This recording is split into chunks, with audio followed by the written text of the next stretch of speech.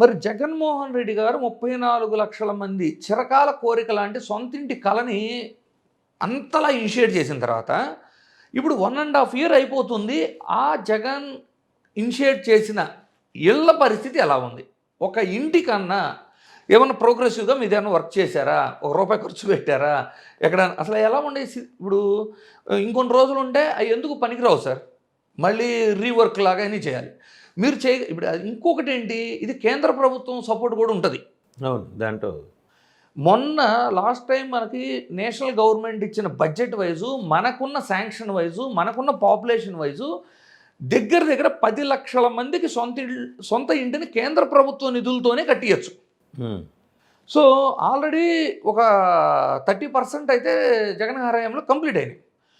ఇంకో 30%ని ఆ కేంద్ర ప్రభుత్వ నిధులతో ఆల్రెడీ అలాట్ అయిపోయి, అంటే ల్యాండ్ అలాట్ అయిపోయి, ఆల్రెడీ స్లాబ్ వర్క్లు అయిపోయో, గోడలు కంప్లీట్ చేయొచ్చు. ఇన్కంప్లీట్గా ఉన్న వాటిని కంప్లీట్ చేయొచ్చు కదా.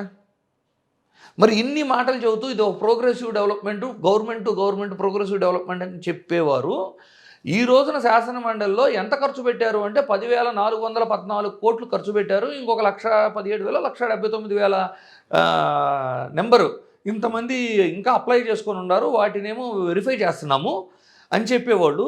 కేంద్ర ప్రభుత్వ నిధులు ఆల్రెడీ దీనికోసం స్పెషల్గా ఉన్నాయి కదా, వాటిని వాడైనా ప్రోగ్రెసివ్గా ఇంకో 10 లక్షల ఇళ్ళు ఆల్రెడీ అలాట్ అయ్యి ప్రోగ్రెసివ్లో ఉన్న వాటికి కంప్లీట్ చేయొచ్చు కదా, ఎందుకు చేయట్లా?